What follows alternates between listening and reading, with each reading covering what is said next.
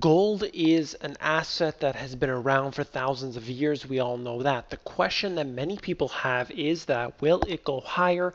Will it go lower? Where are we headed with the gold price? I'm consistently being asked that question. And in my consultations, they're wondering, should I put my money in gold? I'm really worried about the price considering the fact that it hasn't been doing so well over recent years, recent year actually, and despite this little bounce up, really it's been around that 12 to $1,300 range for a considerable amount of time, and people are really concerned that it won't go up.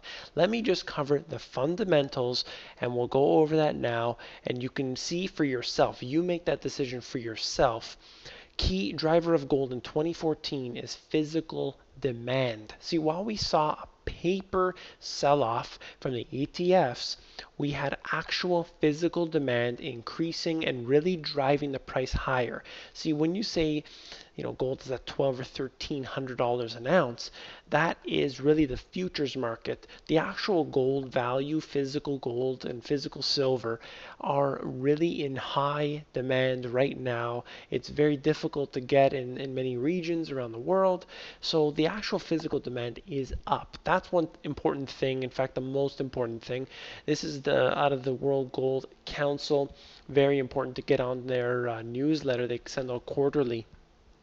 Basically, what they're saying is a fundamental shift had occurred, and a lot of the European central banks weren't necessarily purchasing as much because of their debt problems right now, but the emerging markets are actually filling in that void, and that's why we've had a lot of a bounce up in the price here, because the emerging markets are coming in, filling in the void for those other Western nations who are not buying the gold, and we have thousands of tons being purchased right now. So this is the four things that they cover: jewelry, investment, central banks, and technology. You can check them all out there. I'll spare you from that. This is from my book, and it actually sounds a lot like what was written just there in the World Gold Council. That's right off their website right now, actually. But it says that central banks are buying at record pace. So hundreds of tons a year are being purchased by central banks around the world, most notably in the developing nations. They're trying to diversify their US dollar reserves, which are rapidly depreciating.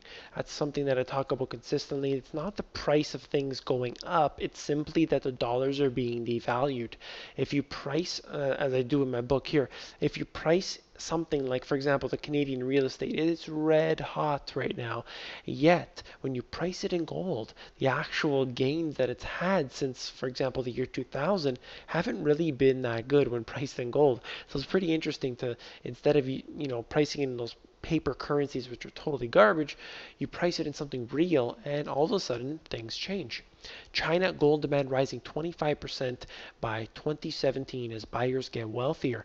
They're looking into gold as an alternative investment. They use it as jewelry. China right now is the #1 buyer of gold around the world for consumption. They use it, and of course, inherently, they know buying gold is safe over the long term, not necessarily because they want to sell it anytime soon, but they want to keep that wealth.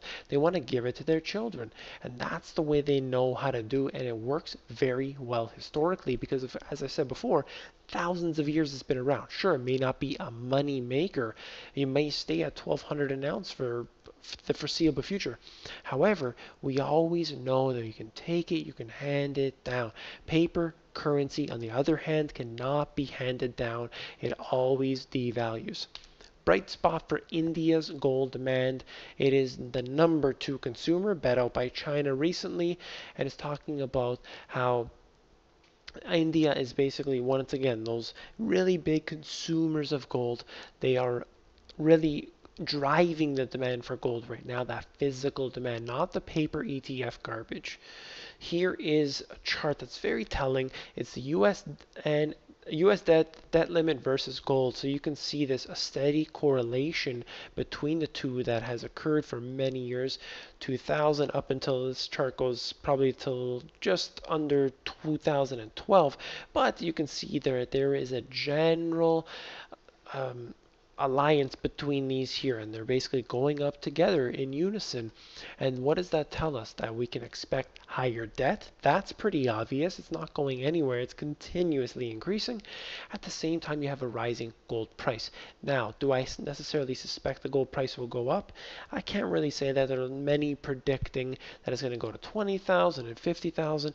However, I really think that if this hyperinflation goes on, we're going to have gold at near infinity prices. And if things are just necessarily bad, then we're going to, we can still see gold where it is. Why? Because it's not actually the gold, it's the gold futures market. Just like the stock market is totally insignificant. Why would anyone even look at these prices knowing that you have things like high frequency trading, the plunge protection team making sure everything stays the way it is, and you have all of these flash crashes that are occurring? The whole stock market's rigged. They know the way this works. This system is totally contrived.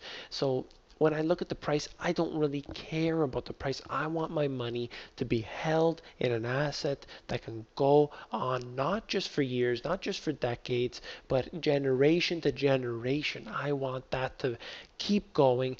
Gold is one way of many ways, one way to keep that going. So I do suggest people in my consultations, I tell them, buy what you're willing to keep in there, knowing that the price may go down significantly or it may rise as well. But it's not something to concern yourself over. Just keep the money in there. It's much better than having it in the bank, that's for sure. But of course, it is very important not to buy just gold and silver.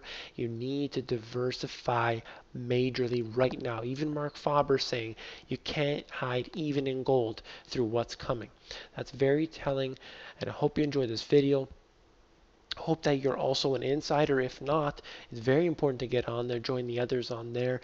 This is basically, a bunch of information that I didn't get to in my book, or it's an extension of what I did in my book, and you can get on there. It's totally free. It's at themoneygps.com. Just scroll down to the bottom, fill in your email address, and you'll get occasional emails from me with good, concise information.